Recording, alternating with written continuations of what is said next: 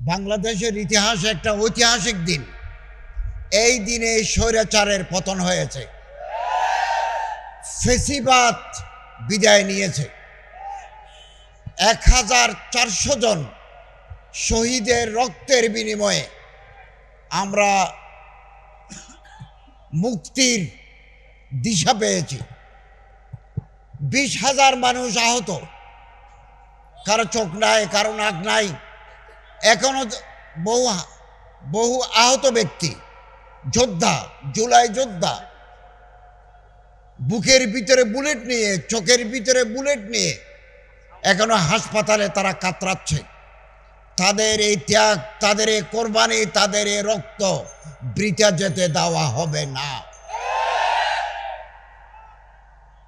Good governance যদি না থাকে, সুশাসন যদি না থাকে, দেশে প্রশাসনিক রাজনৈতিক অনিশ্চয়তা দেখা দেয়। এটা আমাদের প্রিয় মাতৃভূমি বাংলাদেশ। এই দেশকে আমরা প্রত্যেকে ভালোবাসি। এই দেশে আগামী দিনে নতুন কোনো ফেসিবাদ যেন মাথাচাড়া দিয়ে উঠতে না পারে, আমাদেরকে সতর্ক থাকতে হবে। 1 বছর পার হয়ে গেল, অন্তর্বর্তীকালীন সরকারের সদস্য হিসাবে আমরা রাত দিন পরিশ্রম করেছি। আমি আমার মন্ত্রণালয়ে বিভিন্ন উইঙ্গে রাত দিন পরিশ্রম করেছি এটা সুশাসন নিশ্চিত করার জন্য। আর কয় মাস যে বাকি আছে, ওইটাও আমরা রাত দিন পরিশ্রম করে কাজ করে যাব। আগামী দিনে যারা জনগণের ম্যান্ডেট নিয়ে ভোট নিয়ে আসবেন, তারা একটা সুন্দর ব্যবস্থাপনা তাদের জন্য আমরা রেখে যাব। আমি আপনাদের কাছে অনুরোধ করব, জুলাই বিপ্লবের মাধ্যমে আমাদের শিক্ষা নিতে হবে। 1 নম্বর শিক্ষা, জোর করে ক্ষমতায় থাকা যায় না। এটা জুলাই বিপ্লবের শিক্ষা। গুম, খুন, আয়নাগর করে হাজার হাজার মামলা দিয়ে জনগণকে চিরকালের জন্য দমিয়ে দাবিয়ে রাখা যায় না। বিদায় নিতে হয়, করুণ বিদায় পরিণতি হয়। এটাই জুলাই বিপ্লবের শিক্ষা। জুলাই বিপ্লবের আরেক শিক্ষা, এই যে সুযোগ এনে দিল, আজকে আমাদের মাননীয় প্রধান উপদেষ্টা মহোদয় ঘোষণা করেছেন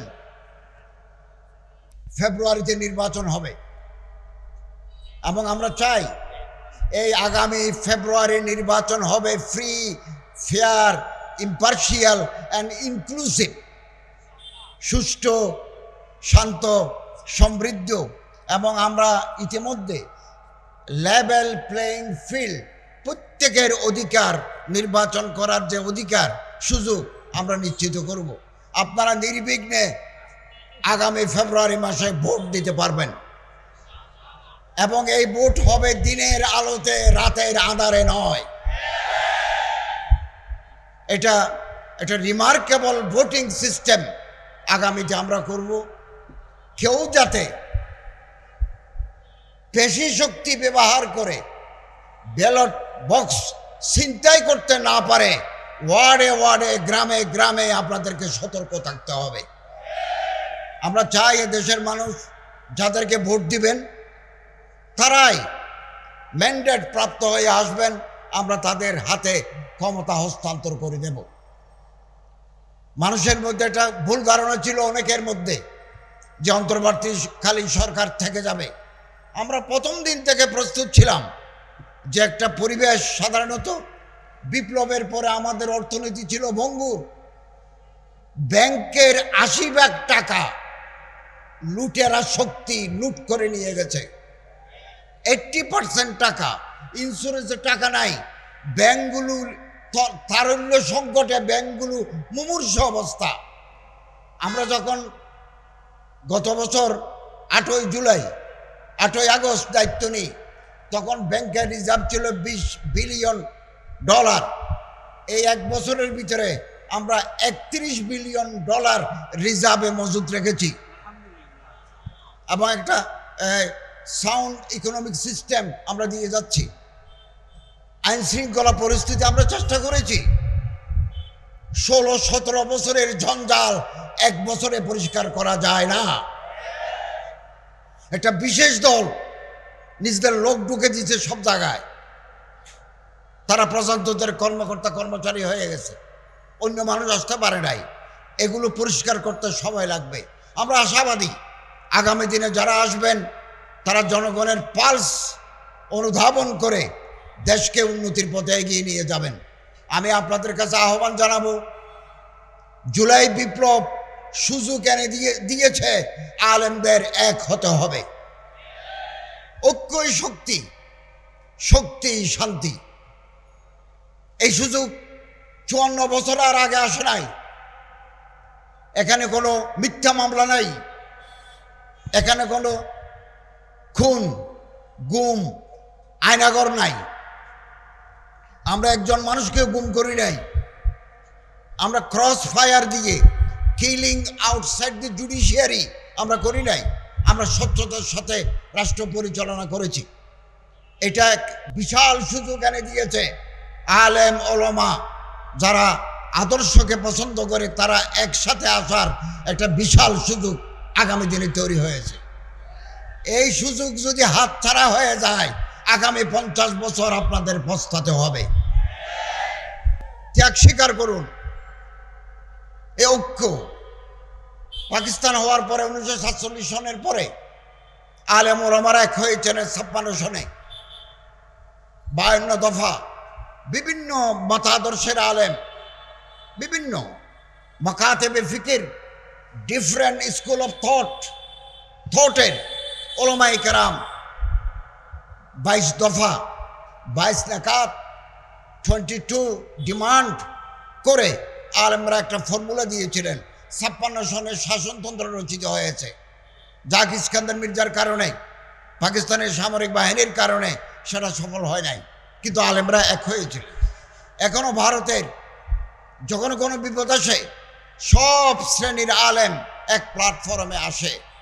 এক জেহেতি কনফারেন্স হয়, দেওবনে হয়, হায়দ্রাবাদে হয়, রামপুরায় হয়, সব জায়গায় হয়।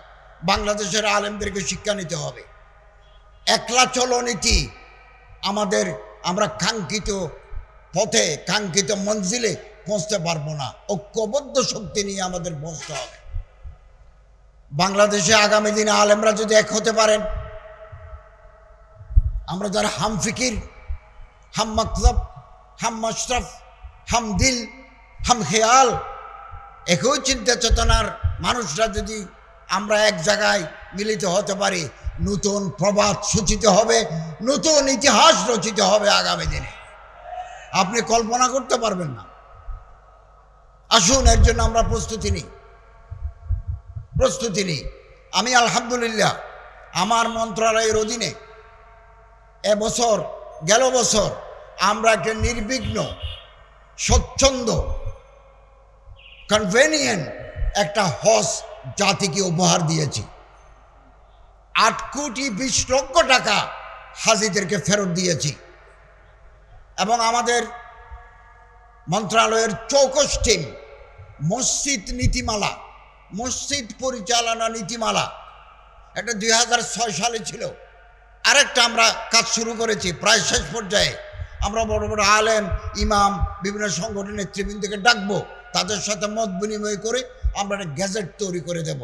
কোনো ইমামকে, কোনো মসজিদের মুতওয়াল্লি তুমি চলে যাও, আজ থেকে তোমার চাকরি নাই, একথা বলে বিদায় করে দিতে পারবে না। আত্মপক্ষ সমর্থনের সুযোগ দিতে হবে ইমাম সাহেবকে। তার বিরুদ্ধে কোনো অভিযোগ থাকলে এটা কমিটি গঠন করে দিবেন, ওনার আত্মপক্ষ সমর্থনের সুযোগ দিতে হবে। এরপরেই ইমাম সাহেব আমাদের এই নীতিমালার আলোকে তিনি কোর্টে বিচার চাইতে পারবেন। এবং যে সমস্ত মসজিদের আর্থিক অবস্থা ভালো, আমরা নীতিমালায় লিখে দিয়েছি ওনাকে একটা ভালো বেতন দিতে হবে। 2015 সালের স্কেল অনুযায়ী বেতন দিতে হবে। এবং ওনার জন্য থাকার, ওনার বিবি বাচ্চা নিয়ে মসজিদের কম্পাউন্ডে থাকার ব্যবস্থা করতে হবে। এবং ওনাকে 2 ঈদে 2টা বোনাস দেওয়ার, আর্থিক যদি অবস্থা ভালো থাকে দিতে হবে। এরকম নীতিমালা আমরা করে যাচ্ছি। আমরা মনে করি বাংলাদেশের ইতিহাসে এটা মাইল ফলক হয়ে থাকবে।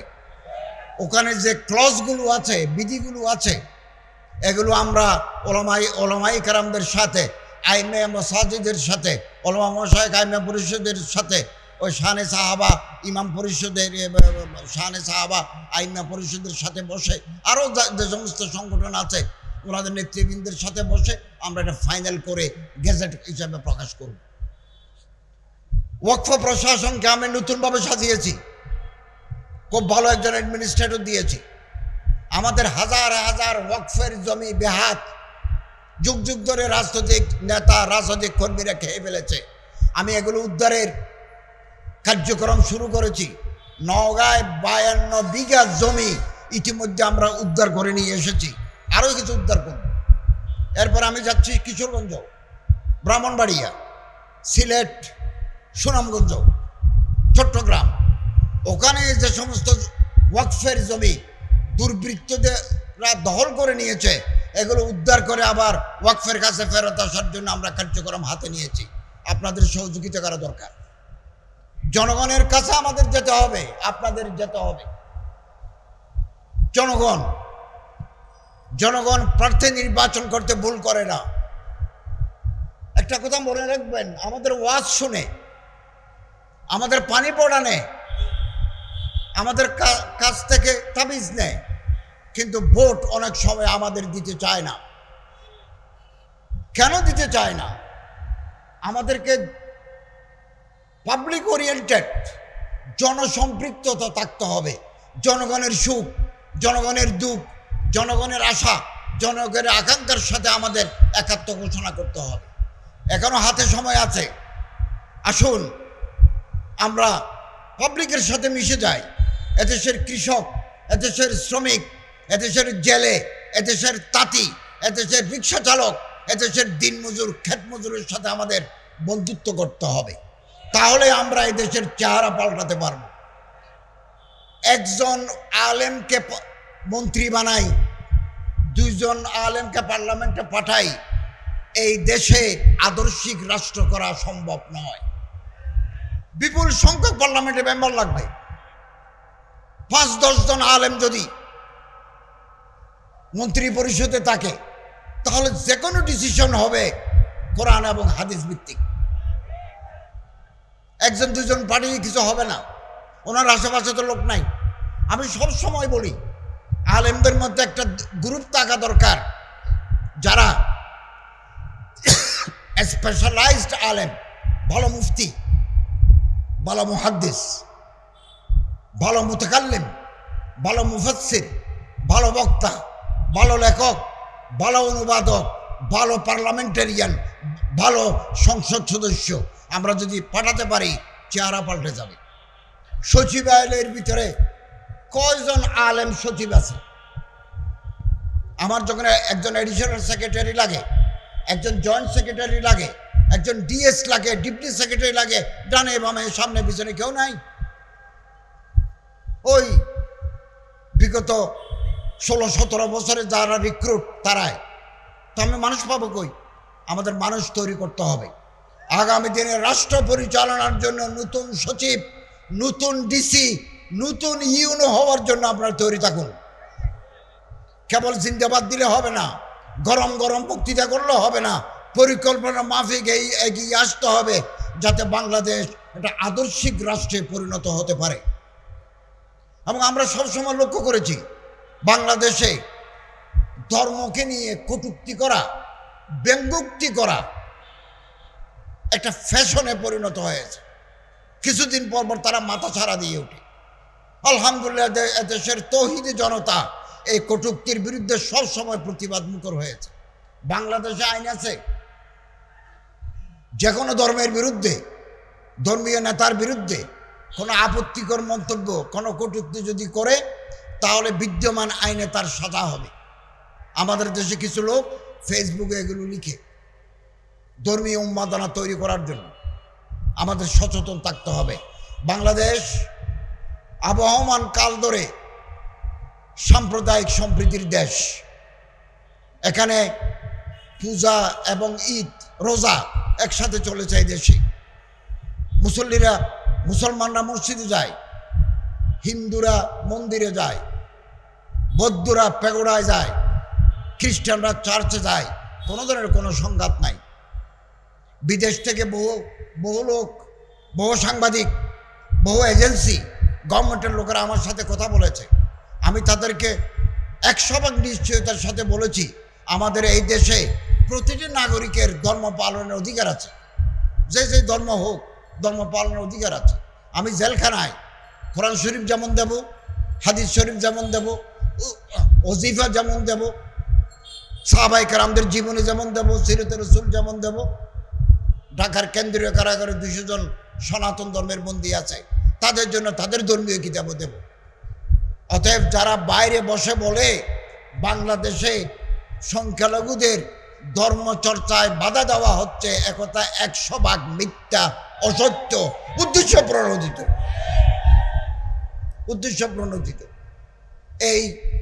এটা বাইরে এরকম একটা মিথ্যা প্রপাগান্ডা চালাচ্ছে, আগামী দিনে আরো বেশি করে চালাবে। এদেশের আমরা প্রত্যেকে এদেশের নাগরিক, জ্ঞান চর্চার, ব্যবসা বাণিজ্য করার, ধর্মচর্চা করার অধিকার প্রত্যেকের সমান। সুন্দর বাংলাদেশ, সুন্দর দেশ আমাদের। এই দেশে আজকে আমার খুব ভালো লাগছে যে আমাদের চিফ অ্যাডভাইজার, প্রধান উপদেষ্টা মহোদয় ফেব্রুয়ারি মাসে নির্বাচনের ঘোষণা দিয়েছেন। গত বছর 8ই আগস্ট যখন আমরা দায়িত্ব নিই, তখন দেশে সরকার ছিল না, পার্লামেন্ট ছিল না। হাইকোর্ট বলেছে একটা অন্তর্বর্তীকালীন সরকার দিয়ে দেশ চালাতে হবে। তারাই আগামী দিনে নির্বাচন দিয়ে নির্বাচিত প্রতিনিধিদের হাতে ক্ষমতা হস্তান্তর করবে। বহু সংকট, বহু বিপদ, বহু শঙ্কা আমরা অতিক্রম করেছি, আলহামদুলিল্লাহ। আপনারা প্রতিটি ভোট কেন্দ্রে থাকবেন, কেউ যাতে নির্বাচনকে ভণ্ডুল করতে না পারে, কেওস এন্ড কনফিউশন তৈরি করে গোলা পানিতে যাতে মাছ শিকার করতে না পারে, আপনাদেরকে সচেতন থাকতে হবে।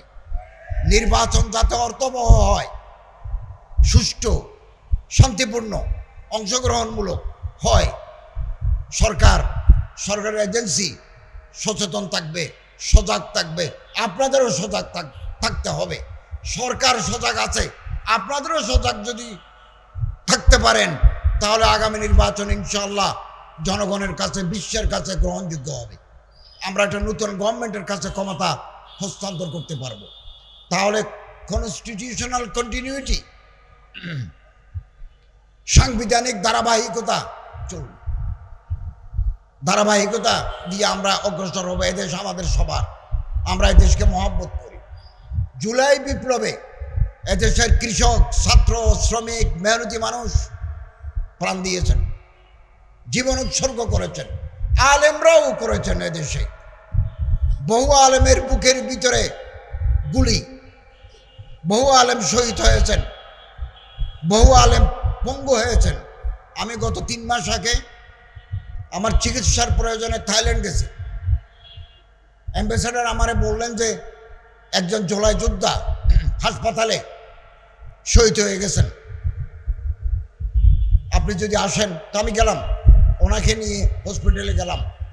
তার লাশ দেখলাম, হিম করে তার লাশ দেখলাম, তার জন্য দোয়া করেছি। তার মা এবং বোনের সাথে দেখা করেছি, সান্ত্বনা দিয়েছি। জানলাম যে কে, বললো যে সে দর্জি, টেইলার, কিন্তু হাফেজে কোরআন। হাফেজে কোরআন হয়ে এই স্বৈরাচার বিরোধী আন্দোলন সে মাঠে নেমেছে এবং এখানে শহীদ হয়ে গেছে চট্টগ্রামে। একথা মনে রাখবেন, দেশের উপর কোনো দুর্যোগ যদি নামে, আলেম, ওলামা, হাফেজ, কারীরা ময়দানে নেমে তার মোকাবেলা করেন। অতীতেও তারা করেছে, আগামী দিনেও করবে। আমরা কোনোদিন আমার প্রিয় মাতৃভূমি বাংলাদেশকে শয়তানের হাতে ছেড়ে দেব না। আপনাদের সচেতন থাকতে হবে, সচেতন। আমরা নিজেদের মধ্যে কামড়াকামড়ি করব না, নিজেদের মধ্যে ফেসবুকে আজেবাজে কথা লিখবো না। আমরা কেন এক বন্ধুর বুকে আর এক বন্ধু ছুরি বসাই? আমাদের আসল শত্রুকে, তাকে টার্গেট করতে হবে। এই দেশ চলবে, এই দেশের বৃহত্তর জনগোষ্ঠীর কথা মতো এই দেশ চলবে। কোনো বিদেশি প্রেসক্রিপশনে এদেশ চলবে না। অতএব আসুন, জাতীয় উলামা মাশায়েখ আইম্মা পরিষদ তার প্রতিষ্ঠা লগ্ন থেকে ইমামদের, আলেমদের, খতিবদের নিয়ে কাজ করে যাচ্ছে। জনগণের মাঝে তাদের গ্রহণযোগ্যতা আছে এবং মুফতি আবরার সাহেব এই সংগঠন কোনো রাজনৈতিক সংগঠন নয়, মানুষের মাঝে দাওয়াত, তাবলীগ, তালিম, তাজকিয়া, ইসলাহ নফসের কাজ করে যাচ্ছে। আগামী দিনে এই সংগঠন আরো উন্নতির দিকে এগিয়ে যাবে ইনশাআল্লাহুল আজিজ। এবং বাধা, বিপত্তি, সংঘাত আগামী দিনে আসবে, এগুলোর মোকাবেলা করার জন্য আমাদের তৈরি থাকতে হবে। আল্লামা ইকবাল বলেন, বাদে মুখালিফ সে ন ঘবরায়ো কাপ, ইয়ে তো চলতে হে তুঝে উঁচা উড়ানে কে লিয়ে। আমরা যখন বিমানে যাই 13,000 ফিট উপর দিয়ে যায়, 12,000 ফিট উপর দিয়ে যায়, নিচে যদি বাতাস চলে বিমানে এক লাফে 45 মিটার উপরে চলে যায়। তো আমরা যাত্রাপথে আমরা যদি বাধা আসে তাহলে এর মাধ্যমে আমরা আরো এগিয়ে যাব, আমাদের শক্তি আগামী দিনে আরো বৃদ্ধি পাবে। পৃথিবীতে কোনোদিন জালিম চিরকালের জন্য জয়লাভ করতে পারে নাই, মজলুমের জয় হয়েছে। এবং আফজলুল জিহাদ কলিমাতে হক নিন্দা সুলতানিন জায়ের, হক কথা বলার, সত্য কথা বলার এই ধারাবাহিকতা জাতীয় উলামা মাশায়েখ আইম্মা পরিষদের আছে, আগামী দিনেও থাকবে। এবং আমরা সুন্দর বাংলাদেশের অপেক্ষায় আছি। এখন আমাদের গ্রামে গঞ্জে চলে যেতে হবে, সাধারণ জনগণের সাথে আমাদের মিশতে হবে, তাদের দুঃখ, তাদের হাসি আমরা ভাগ করে নেব। জনগণের ম্যান্ডেট নিয়ে যদি আমরা আসতে পারি, যারা আসবেন তারা আগামী দিনের ইতিহাস রচনা করবেন। আমি আজকের এই সম্মেলনের সফলতা কামনা করি। যারা শাহাদত বরণ করেছেন জুলাই বিপ্লবে, তাদের রোহের মাগফিরাত কামনা করি আল্লাহ তাআলার দরবারে। 20,000 আহত, আমি এমন আহত ব্যক্তিকে হাসপাতালে দেখতে গেছি যার মুখ, নাক নাই, যার ঠোঁট নাই, গলা পর্যন্ত দেখা যায়। আমরা কিছু সাহায্য করেছি তাদেরকে, রাশিয়ায় গিয়ে তাদের নাক বানিয়ে এনেছি, মুখটা কেন তৈরি হয় নাই, এরকম ত্যাগ স্বীকার করেছে। মাদ্রাসার ছাত্রের চোখের ভিতরে গুলি, 2 চোখের ভিতরে গুলি। আমি তো মনে করি তাদের এ রক্ত, তাদের এ ত্যাগ বৃথা যেতে পারে না। আগামী দিনেও যে কোনো চ্যালেঞ্জ মোকাবেলার জন্য আপনাদের তৈরি থাকতে হবে। প্রয়োজনে আমরা আবারও রক্তের নজরানা দেব, ফেসিবাদকে দেশে আমরা প্রতিষ্ঠা হতে দেব না। আল্লাহ তাআলা তৌফিক দান করুন, আমিন। ওয়া আখিরু দাওয়ানা আলহামদুলিল্লাহি রাব্বিল আলামিন। আমি আপনাদের কাছে দোয়া চাই, আল্লাহ তাআলা তৌফিক দান করুন, আমিন।